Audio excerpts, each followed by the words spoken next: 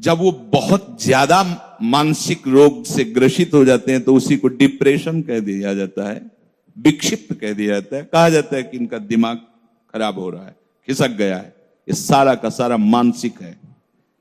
नकारात्मक चिंतन करते करते वो अंतिम अवस्था में पहुंच जाता है। हर समय भयभीत रहता है, हर समय कामना कल्पना उसको जला। कैसा जीवन है, दवाइयों पे दवाइयां, बस पड़े पड़े कल्पना भय की, और बस मर रहा हूं, हर समय मर रहा है व्यक्ति।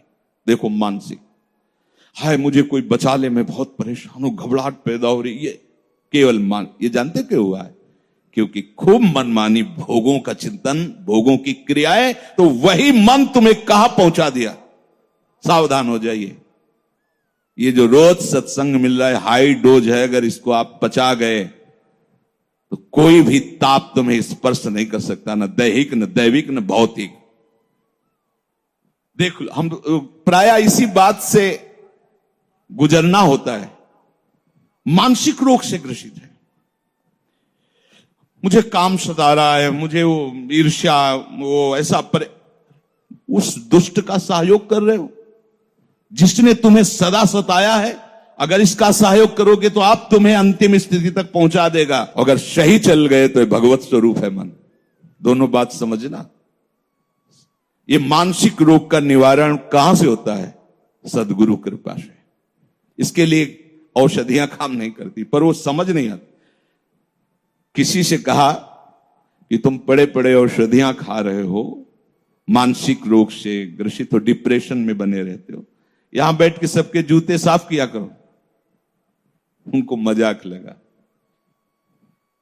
यहां सब बैठते हैं, झाड़ू लगा दिया करो, गली में झाड़ू लगा दिया, कुछ तो। क्यों ऐसा हमने क्यों कहा? क्योंकि बहुत जल्दी पाप नष्ट हो जाएंगे। जब भक्तों की चरण धूलि जो गिरी है, वो जब बहुत जल्द उनकी जब पादुका, ये मानसिक जो लोग कहते हैं ना कि मन से पाप करने का क्या दंड होता है, तो मन ही को दंड होगा। ले मानसिक रोग भोगो, हर समय वही विषय चिंतन, नकारात्मक चिंतन, भगवत विमुखता का चिंतन, तो आ गया ना मन उसी लाइन में, तुम्हें ही मार रहा है। औषधियां सब कोई समझाने से, बाहर से चाहे जितना समझाने हो, उसको क्या कहते हैं उस पदवी को, जो बाहर ऐसे लोगों को समझाते हैं, उनको काउंसलर क्या है? हाँ, जो भी भाई, हमें तो अंग्रेजी ज्यादा आती नहीं, वही ऐसे। तो अब वो क्या समझाएंगे? बातें ही तो समझाएंगे। पावर कहां से मिलेगा? औषधि से नहीं, भगवान नाम से। अगर तुम्हारा मन बेपरवाह होकर नाचने न लगे तो बताना, मृत्यु का भय, लोक का भय, सब भय नष्ट हो जाएंगे। अभयद भुज दंड मूल पीन अंश सानुकूल। हर औषधि का बाप है कृष्ण नाम, राधा नाम। आप इसका रसास्वादन करके तो देखे, पर इसके लिए भी तो थोड़ी पवित्रता चाहिए, नहीं तो जपने थोड़ी देगा। कहां जपने देता है? क्लेश पर क्लेश। और शारीरिक रोग कहना ही क्या है, तो सबके शरीर रोग से ग्रसित हो रहे हैं। हम पाप नहीं करते तो भजन करने की आवश्यकता क्या है? ये पाप है। भजन के लिए जन्म मिला, भजन नहीं किया ना, तो जिस मन और तन से तुमने भोगों को भोगा, उनका चिंतन, उनकी क्रिया की, उन्हीं को रोग से ग्रसित करके उन्हीं की आसक्ति तुम्हें जलाएगी और दुर्गति करेगी। देखो ना, अनावृष्टि, अतिवृष्टि, भूकंप, वज्रपात, एक्सीडेंट, दैव दुर्घटना, ये आदि दैविक, और दूसरे मनुष्य, भूत, प्रेत, प्राणी, राक्षस, कीड़ा मकुड़ा, सांप बिच्छू, इनके द्वारा ये आदि भौतिक। इन तीन दुखों से कोई बच नहीं सकता। अगर बचना है तो भगवान की शरण लेना ही होगा। भजन क्यों करें? इसलिए करो, भजन करना ही होगा। हमने एक काफी धनी आदमी से मिले, जब भ्रमण करते थे, कई गाड़ियां उनके साथ, एकदम बाबूजी रो पड़े एकांत में। कोई ऐसी सुख सुविधा नहीं जो ना हो, जब जो चाहे। फैक्ट्रियों के मालिक थे, कानपुर फैक्ट्री इलाका बहुत है, तो उनका जब जो चाहे वो मिलता है, पर हर समय हृदय जलता रहता है, नींद नहीं आती, औषधि पे औषधि लेता हूं, सब बड़ा परेशान हो गया हूं। आपका नाम सुना था इसलिए आए यहां, हम कोई डॉक्टर थोड़ी। उनका सुना था कि आप, तो हम कहा लिखो, दवा लिखो, आज के बाद परिस्त्री से व्यभिचार नहीं करोगे, शराब नहीं पियोगे, मांस नहीं खाओगे, आप ये द्वित क्रीड़ा जुआ नहीं खेलोगे, नाम जपो इतने समय, और 10 बजे से लेट जाओगे, 4 बजे जग जाओगे, नींद आवे ना आवे 2-4 दिन आप ऐसा कर, कभी दोबारा जिंदगी में नहीं हमारी औषधि किसको पचेगी। कह रहे हैं कि जो परिग्रह मात्र को विष समझकर त्याग देता है, परिग्रह जो भोग अच्छा लगता है उसको समीप रखने की इच्छा होती है, परिग्रह मात्र को, समस्त भोगों को विष की तरह त्याग कर कैसे प्रभु का भजन निरंतर हो, ऐसी जलन हर समय बनी रहती, उसे तीव्र भगवत प्राप्ति की लालसा कहते हैं। तीव्र 4 प्रकार की बताई, सबसे श्रेष्ठ भगवत प्राप्ति की लालसा है। कोई धर्म, कर्म, भोग, सामग्री, व्यक्ति, मित्र, किसी से मिलने की इच्छा नहीं, अब और कुछ करने की इच्छा नहीं, अब और कुछ भोगने की इच्छा नहीं, निरंतर भजन में डूबना।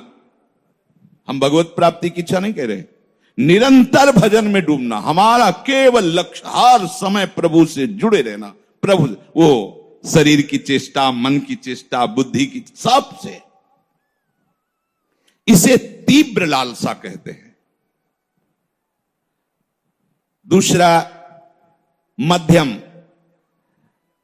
बहुत जलन हो रही है मन में, शरीर रोग से ग्रसित हो गया है, परमार्थ में चलने में ही सुना है कि अब मंगल हो सकता है। भोगों का त्याग करना कहते तो हैं ये संत जन, तो भोग का त्याग कर देना चाहिए या रहते हुए वहीं भजन का अभ्यास करना चाहिए? ये बहुत चतुर है मन। देखो, देखते हैं अभी तो घरे में रह के, जैसे सुना सत्संग में कि ऐसा भोग त्याग करने से ही शारीरिक मानसिक सब क्लेश नष्ट होते हैं, भगवत भजन करना चाहिए त्याग करके। तो त्याग करें या घर में रह के, घर में ठीक रहेगा? नहीं यार, त्याग तो करना ही पड़ेगा। ऐसे जो समय व्यतीत कर रहा है, न छोड़ पा रहा है न पकड़ पा रहा है, पर अंदर से लालसा उसके बन रही कि मैं निरंतर भजन करूं, भगवत प्राप्ति करूं, इसे मध्यम लालसा कहते हैं। मध्यम लालसा, वो झूलता रहता है, निर्णय नहीं कर पाता है, और पता नहीं भोग छोड़कर यदि मैं वैराग्य, तो निर्वाह कर पाऊं कि ना कर पाऊं, चल पाऊं कि ना, आगे चलकर कहीं कोई विकार आ गया तो, आगे चलकर कोई समस्या आ गई तो, आगे चलकर जिसके सहारे हम भजन छोड़ रहे वही हमारा साथ छोड़ दे तो, कई तरह के संशय लेकर इस मार्ग में आगे बढ़ने की लालसा रखना, उसे मध्यम लालसा कहते हैं। और भगवत भजन तो करना ही है। अरे अभी जवान है यार, पहले ब्याह करो, भोगों का अनुभव कर लो, बड़ा समय है भजन के लिए अभी। कोई ये संत महात्माओं की तो उनकी बातें अलग है भाई, हम नहीं कहते कि भजन नहीं कर, भजन करना है, पर भगवान ने सब भोग बनाए, इनका भी अनुभव करना है। बहुत समय है अभी, खेलने खाने का समय, चंदन भस्म लगा के मुड़ मुड़ा के, ये बात बुढ़ापे का। पहले संसार के कर्तव्यों को निभाएं। देख लो, बहुत परम प्रवीण भगवान कह रहे हैं, मरा तो स्वर्ग मिलेगा, जीतेगा तो भूमिका। ना कहा है प्रेम, न कहा है मोक्ष, न कहा है परम पद। बहुत बढ़िया भगवान ने बात कही। देखना है कि हमारा कर्तव्य क्या है, उसका परिणाम क्या है। संसार के कुछ कर्तव्य भी हैं, उनको कर ले, और कुछ भोग भी हैं जिनका अनुभव कर ले, और आगे चल के तो भजन करना ही है। इसे मंद मुमुक्षा कहते हैं, मंद लालसा कहते हैं।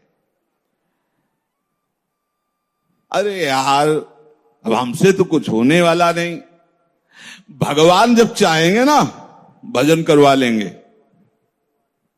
जैसे कोई है कि हो सकता है कभी कहीं हम खोद रहे हो और खजाना मिल जाए, कल्पना, रास्ते में जा रहे हो और हमें कोई ऐसी चेक मिल जाए, वस्तु मिल जाए, ऐसे ही वो सोचता है कि भोगते हुए जीवन जा रहा है, कभी भगवत प्राप्ति हो जाएगी। महत्व है, भजन का महत्व है, भगवत प्राप्ति का महत्व है, पर भोगों का राग इतना सुदृढ़ है कि उसे छोड़कर इधर चल पावे ऐसा नहीं। इसे भी लालसा कहते हैं। ये चौथी लालसा है। भोगों की लालसा है, पर कहीं न कहीं इतना भाव है कि भजन करना चाहिए। भगवत प्राप्ति और भजन ये मनुष्य जीवन में आवश्यक है, पर वो भगवान चाहेंगे हो जाएगा जब हो जाए। अभी तो ये चौथी बात है। संसार के सुख भोगते भोगते भाग्य में लिखा होगा तो भजन होने लगेगा। अरे भाई, भजन और पूजन और धाम जाना वे सब भाग्य की बातें हैं। काल ही कर्म ईश्वर मिथ्या दोष लगाए, ऐसे लोगों से कभी नहीं मिलना चाहिए। कम से कम 2 से इनमें 4 में लालसा वालों की बात कह रहे हैं। जिनकी लालसा नहीं उनका तो संग ही नहीं करना। लालसा में भी देखना है, तीव्र और जो मध्यम लालसा है यहां तक तो ठीक है, आगे वाली नहीं। आगे वाले पुरुषों का संग नहीं करना चाहिए, नहीं फिर हमारी लालसा डगमगा जाएगी। ये अति मंद लालसा कही जाती है। बहुजन्म व्यापी तपस्या और प्रभु की उपासना के प्रभाव से हृदय में जब सब पाप नष्ट हो जाते हैं, तब ये तीव्र लालसा प्रकट होती है। बहुत जन्म की साधना, बहुत जन्म की साधना क्या अब और इंतजार करोगे कि बहुत जन्म हो गई? अनेक जन्मों की साधना का फल मिल गया, साधु समागम सत्संग। अब कोई जन्म नहीं, सत्संगति संसति कर अंत। अब हमारा समय आ गया है संसार से मुक्त होने का, भगवत प्राप्ति का। नहीं, ये संयोग ही न बनता। तीव्र इच्छा उत्पन्न होने पर यस्तु तीव्र मुमुक्षु स्यात् सा जीवन नेव मुच्यते। दूसरी बात नहीं रहती, ध्यान रखना। जब तीव्र लालसा पैदा होती है तो उसको खूब समझाया जाए। धर्म ऐसा कहता है, कर्तव्य कुछ समझ में नहीं आएगा, बस एक ही बात समझ में आएगी कि तुम यहां से चले जाओ, हमें भजन करने दो। रात दिन भजन और कुछ नहीं, कुछ समझ में नहीं आता, नहीं आता। गुरुजन समझाते तो भी समझ में नहीं आता। जब काशी में आश्रम से हट करके घाट में आए तो सुबह गुरुदेव भगवान आए, दंड लिए, साक्षात नारायण स्वरूप आए। देखा, साष्टांग प्रणाम किया, घाट में बुर्जे ऐसे बने बैठ गए। क्या उद्दंडता कर रहे हो? क्या है ये? बिना बताए छोड़ के वहां से चले आए, क्या है ये? उनका महाराज ये आपसे तो कोई छुपाव है नहीं। बद्री नारायण जाने के लिए वहां कोई संगोष्ठी, कोई ऐसा था उत्सव। हृदय तैयार ही नहीं हो पा रहा था कि अभी हमें वस्तु की प्राप्ति नहीं हुई और मैं समाज ज्वाइन करूं और उत्सव ज्वाइन करूं, भंडारा, ये सब। हम कहा, महाराज जी आपसे हृदय की बात कहते हैं। हम घर से भागे थे भगवत प्राप्ति के लिए। अब जब तक हमारी समस्या का समाधान नहीं हो जाता, ये सब हमें बिल्कुल अच्छा नहीं। हम साथ चल रहे हैं तो महाराज हमें बिल्कुल अच्छा नहीं लग रहा। आप आज्ञा भी करोगे तो हम असमर्थ हैं आपकी इस आज्ञा पालन करने में। पता नहीं कौन सी सामर्थ्य जी जो उनसे बात करवा रहे थे। थोड़ी देर बैठे रहे तो उनका फिर ऐसा किया करो, आश्रम से भोजन ले आया करो, घाट में बने रहो। कहा, महाराज जी ऐसा भी नहीं हो सकता। जब हम सुबह आए थे तो महादेव जी की इच्छा से ऐसा हमारे हृदय में भाव आया कि आकाश वृत्ति से जीऊंगा। आकाश वृत्ति मतलब जो प्रभु भेज देंगे, और घाट में रहूंगा, किसी के आश्रम में नहीं जाऊंगा, प्राण चाहे निकल जाए। तो कुछ मुद्राएं निकाल के देखी, तो फिर यहीं से मंगा के खा लिया करना, हम 2-4 दिन में आते रहे। गुरु वात्सल्य सिंध होते हैं, उनको समझ पाना बहुत कठिन है। आपने कहा, महाराज जी बस अब आप कृपा करें, उनको अब जैसा मनावे वैसा करो। नारायण नारायण चले गए। प्रक्रिया में लगा कि गुरु जी नाराज हैं, लेकिन आपको सच्ची बताए, वहीं काशी में ही जब आश्रम के संत आते मिलने तो बोले, गुरु जी तुम्हारे कहते थे कि जीवन होना चाहिए तो ऐसा होना चाहिए। बोले तुम, और हजारों बार स्वप्न में आकर के गुरुदेव भगवान दुलार संन्यास मार्ग, यहां वृंदावन में भी गुरु तत्व है, वही इस रूप में विराजमान है। तीव्र लालसा प्रकट होने पर दूसरी कोई बात सुहाई, सच्ची मानी कोई बात, अगर कोई हमारी तरफ प्रणाम करने की मुद्रा में आ रहा था जिसे काशी में घाट हो, उठ के चल देना, बिल्कुल बात नहीं, वो स्वभाव ऐसा हो जाता, कुछ अच्छा नहीं लगना, बस वो हाय हाय मचती हृदय में। कैसे कैसे मुझे कैसे बोध हो, मुझे कैसे समझ में आवे जो शास्त्रों में लिखा है कि हृदय में ही प्रभु, कैसे अनुभव हो। जिस उपाय से उसे प्यारे का मिलन संभव दिखता है, लोक परलोक या किसी की कुछ भी परवाह न करके वो उसी उपाय में लग जाता है। प्रिय मिलन की उत्कंठा उसे उन्मत्त बना देती है। प्रिय की प्राप्ति के लिए तान मान धान धर्म कर्म सभी का त्याग कर देता है।